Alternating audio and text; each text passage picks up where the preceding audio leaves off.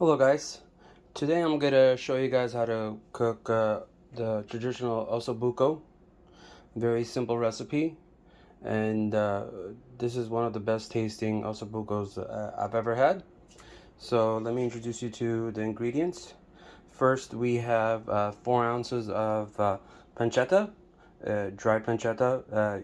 Just put them into cubes. It's completely fine. Then we have veal shanks. Now it is very hard to come by veal shanks, so you might have to find a local butcher and order them ahead of time. You could use beef shanks, but in my opinion, veal shanks are more tender. So if you can get veal shanks, a little bit more pricier, but it is worth it at the end. Next, we have our dry carrots. With our dry carrots, we have a half a cup of dry carrots. We have a half a cup of celery. We have 1 medium onion and 4 cloves of garlic. We have butter towards the end. Also, we have our all-purpose flour. That's for the veal shanks. We need to dredge the veal shanks in there, so it can give it a nice crust once we put them on the pan. From there, I recommend to get a beef bone broth. Any beef bone broth would do, a 16 ounce, and just make sure there's no sodium. And then to fill it up afterwards, a little more, we have unsalted beef broth to finish it off. And then lastly, we have a cup of Chardonnay. Any dry Chardonnay should do. Anything that you have in your cooler, in your refrigerator for cooking is perfectly fine.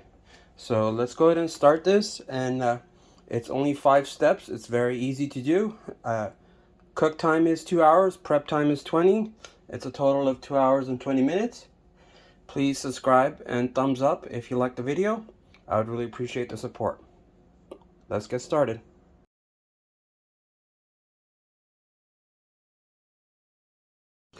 So before I started, I went ahead and wrapped them in cooking rope.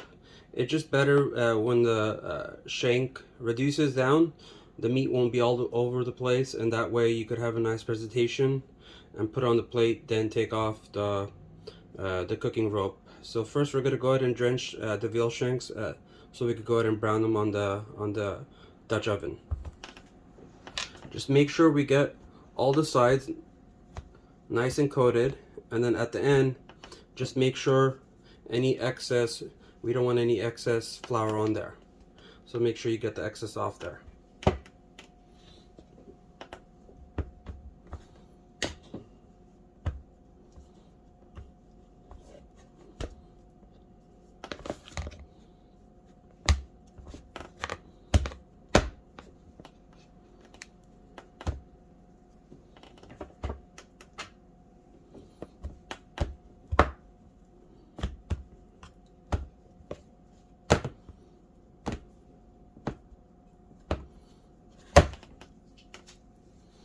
Okay,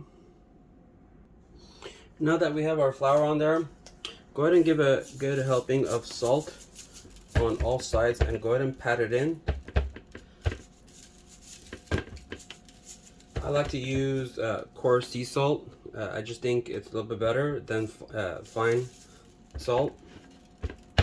Get all the sides.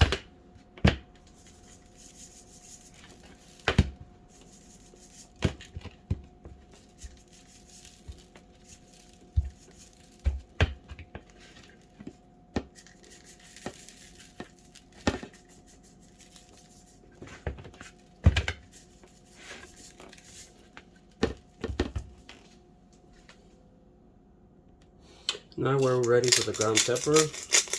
Again, make sure you get it nice and a very good coat of ground pepper all over the shanks.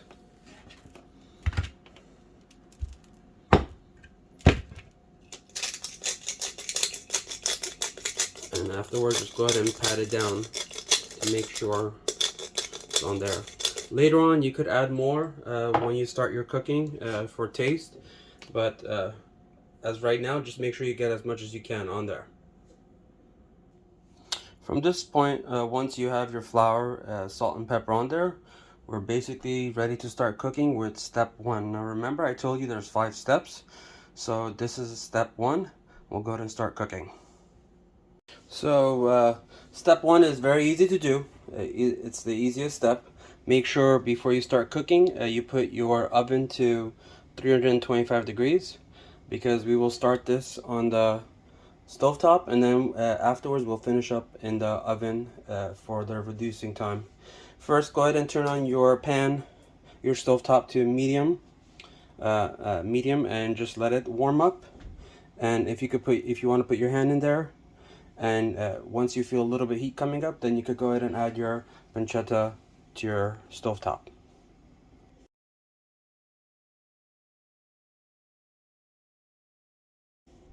When you start feeling the heat, go ahead and add your pancetta to your stovetop. Now the reason why we're using this is because it just adds another layer of flavoring, and it just brings it all together later on. Pancetta does generally run a little bit saltier, so it just brings all the flavor together later on in the dish. So go ahead and put it on there, and basically you're gonna let it sit for about 5 minutes until the oil has come out and the pancetta is nice and crispy. When pancetta does become nice and crispy, we're gonna go ahead and remove it from the stovetop, and you're just gonna leave the grease inside, and that's what we're gonna be cooking with. And that should finish step 1.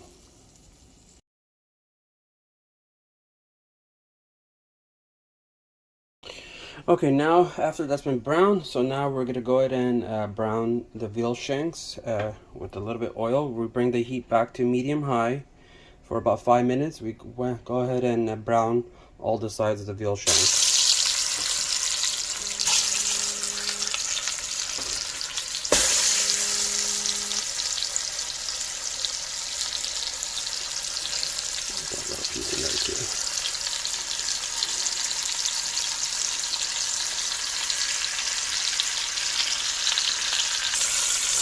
So basically we want this nice golden brown, not black or burn, but golden brown color on all the sides of the veal shank.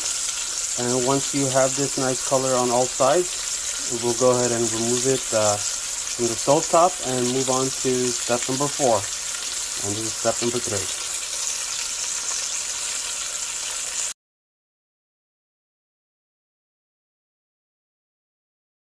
Okay, so at this point it's all done.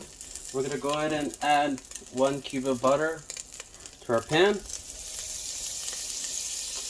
Put our onions and garlic.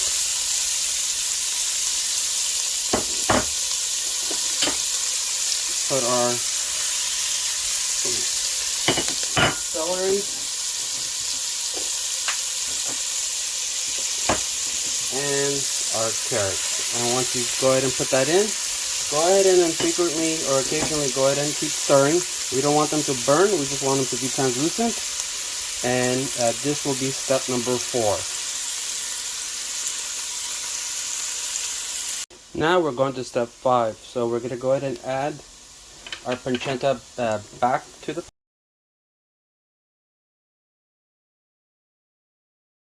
pan. And this is how we want our vegetables to be.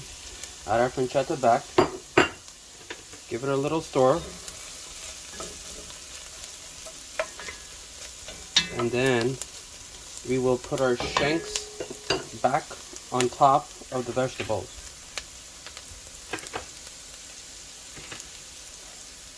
Put our shanks back on top of the vegetables.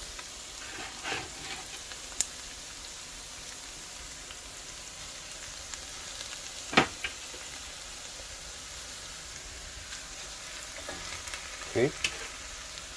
From there, we are going to pour our 1 cup of white wine.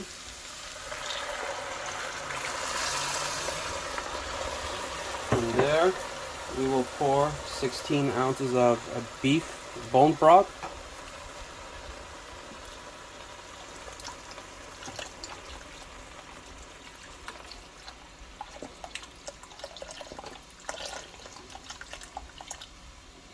And lastly, you want to put enough beef stock until the liquid gets on top, not covering, but on top of the shanks.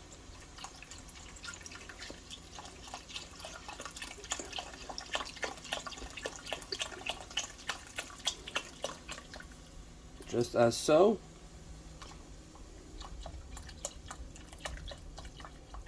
Okay. Now you want to bring the heat back up to medium high. We want to bring this up to a boil.